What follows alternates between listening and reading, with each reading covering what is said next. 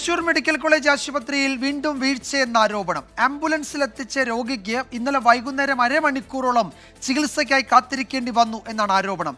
രോഗികളുമായി 2 ആംബുലൻസുകൾ ആശുപത്രിക്ക് മുന്നിൽ കാത്തുകിടക്കുന്ന ദൃശ്യങ്ങൾ 24 ലഭിച്ചു. തൃശ്ശൂർ മെഡിക്കൽ കോളേജ് കാഷ്വാലിറ്റിയുടെ അവസ്ഥ നിങ്ങൾ കണ്ടുകൊണ്ടിരിക്കുന്നത് കണ്ടില്ലേ? നമ്മളെ വണ്ടിയിലും അതേപോലെ വേറൊരു ആംബുലൻസിലും പേഷ്യന്റിനെ കൊടുത്തിട്ട് കുറച്ചധികം നേരെ വെയിറ്റ് ചെയ്ത് തുടങ്ങിയിട്ട് ഇത്ര നേരമായിട്ട് ഒരാൾ പോലും പേഷ്യന്റിനെ ഇറക്കാനോ എന്താ കാര്യം അന്വേഷിക്കാൻ പോലും ഒരാൾ വന്നിട്ടില്ല. എപ്പം നോക്കിയാലും ഒരു ഗവൺമെന്റ് ഹോസ്പിറ്റലാണ് നമ്മൾ കണ്ടുവരുന്ന ഒരു സംഭവമാണിത്.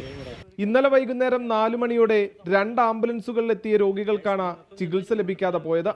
അരമണിക്കൂറോളം അത്യാഹിത വിഭാഗത്തിന് മുന്നിൽ രോഗികൾക്ക് കാത്തുകിടക്കേണ്ടി വന്നു.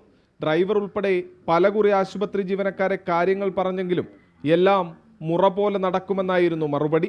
നമ്മളവിടെ ഒരു 10 മിനിറ്റ് എടുത്ത് വെയിറ്റ് ചെയ്യുന്നുണ്ട്. കാരണം നമ്മൾ ഉള്ളിൽ പോയി പറഞ്ഞിട്ടടക്കം ഒരു റെസ്പോൺസ് ഉണ്ടായിട്ടില്ല. അതായത് പേഷ്യന്റിനെ വണ്ടിക്കകത്ത് കയറ്റി, അത് ഒരു വണ്ടി മാത്രമല്ല, എൻ്റെ വണ്ടിക്ക് അപ്പുറത്ത് വേറെ വണ്ടി വന്നിട്ട് വെയിറ്റ് ചെയ്യായിരുന്നു പേഷ്യന്റ് ഇറക്കാൻ വേണ്ടിയിട്ട്.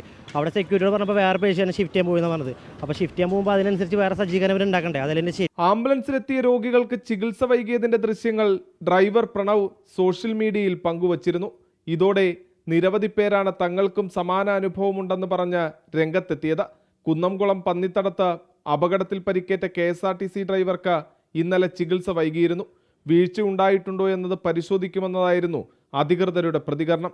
ഇതിനു പിന്നാലെയാണ് വീണ്ടും പരാതി ഉയർന്നത്. 24 തൃശൂർ.